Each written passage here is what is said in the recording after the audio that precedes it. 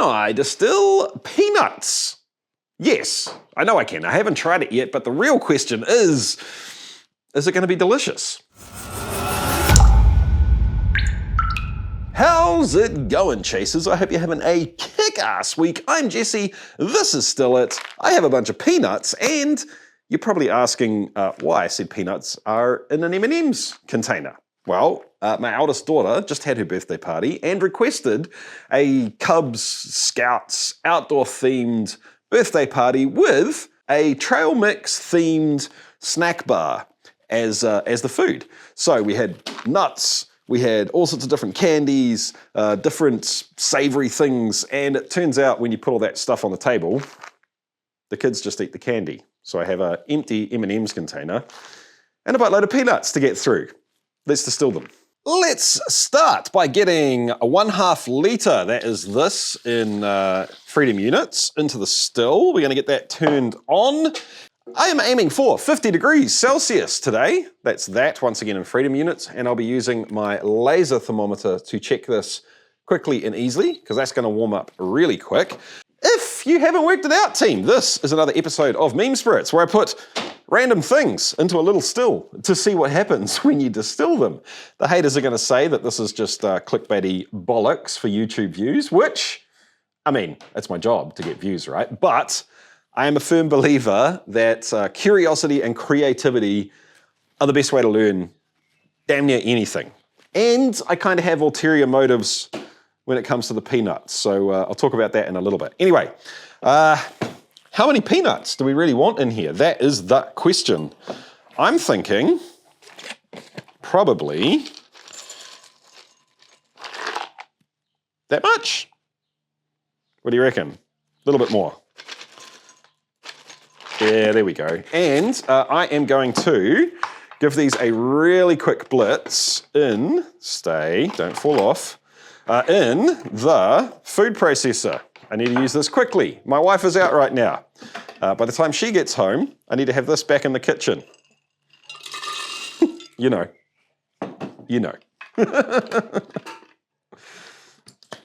And of course, you guys need some creamy, buttery B-roll, right?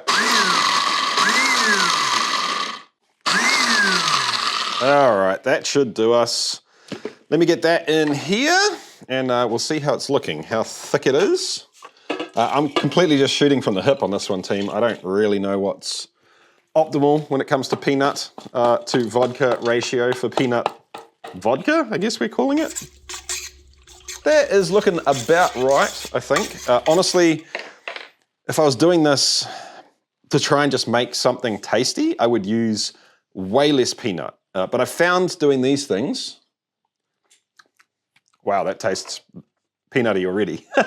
I found doing these things that it's better to err on the side of creating a flavor sledgehammer than it is to err on the lower side, because I don't make these meme spirits to be delicious and taste them. I make them to learn about what flavors come out of the still into the glass, you know, and what works out. Anyway, I need to check this.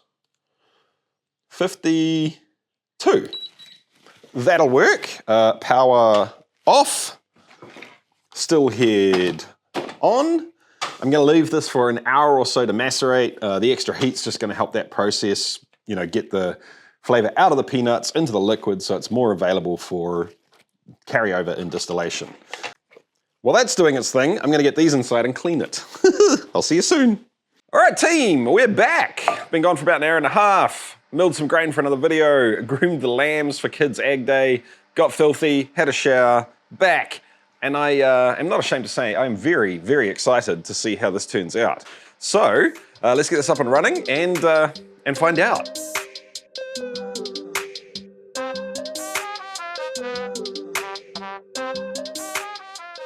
We have first drips, and like always, I'm going to take just a little teeny tiny bit off the top to get rid of any weirdness. This is a vodka that has already had really good cuts made on it, so I'm not worried about that. It's just generally, when you redistill stuff like this, it gets a little bit funky up front. Actually, I should probably taste this to make sure that funky's gone. Holy. Okay. Yep, we're good. If you're wondering The vodka I used was the Silky Fruity Vodka. I think I called it something like that on YouTube. It's this video here, and of course there'll be a link in the description down below. Now I said at the beginning of this video that I had ulterior motives for distilling peanuts, and the simple reason for that is that you guys keep asking me to mess around with nuts, to see if I can distill them, to see if I can ferment them, and distill them, to put them into a real recipe, so on and so forth. I thought that there's a couple of, not issues with this, but the big thing that I wasn't sure about is whether or not the oil content in peanuts was going to do weird things. The same with other nuts as well.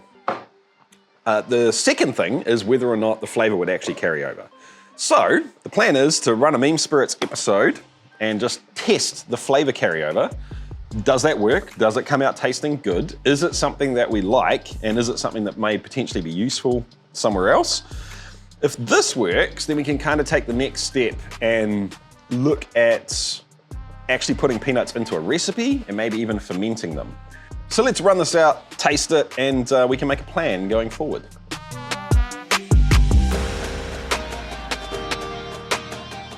I think that is going to about do it. The tasteometer says we're down at about probably 55–60%, which is normally where I finish these runs. And I have split the run up into roughly 3 parts. There's probably a little bit more here than in these. Let's get to tasting it. And the reason I split it up is not for quote unquote cuts or anything like that. It's just that the flavor changed drastically here and then here. So let's taste up top first. Well, actually, let's smell it. Because the smell is freaking amazing. It straight up smells like peanuts. In fact, it smells better than peanuts. Yeah, it smells like the, I don't know, like I guess it's all the best part of peanut. Kind of like more dusty, real nutty, clean peanut. Exactly the same on the tongue. Amazing. That is really good. That's exactly what I was hoping for. This one, I started to notice its change, and it still smells good, but it's getting a little bit more umami-ish, I guess. That's not necessarily a bad thing. It doesn't taste like the sort of peanut flavor you would be wanting in confectionery.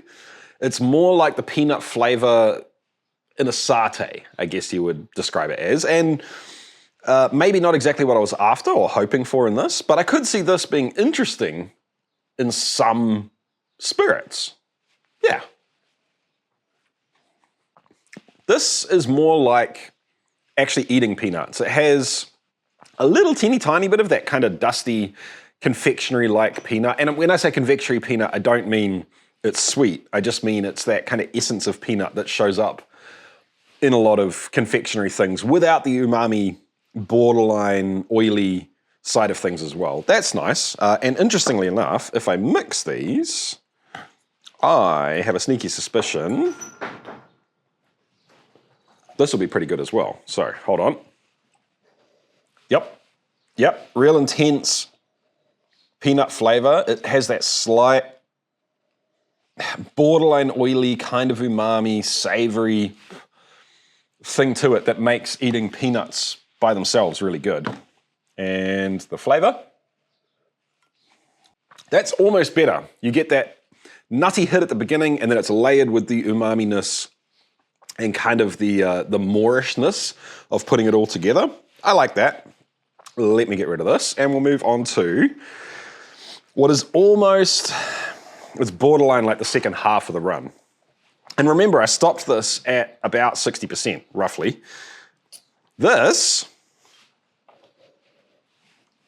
is no good. It's really not very nice. It smells like off peanuts. It smells like off oily peanuts.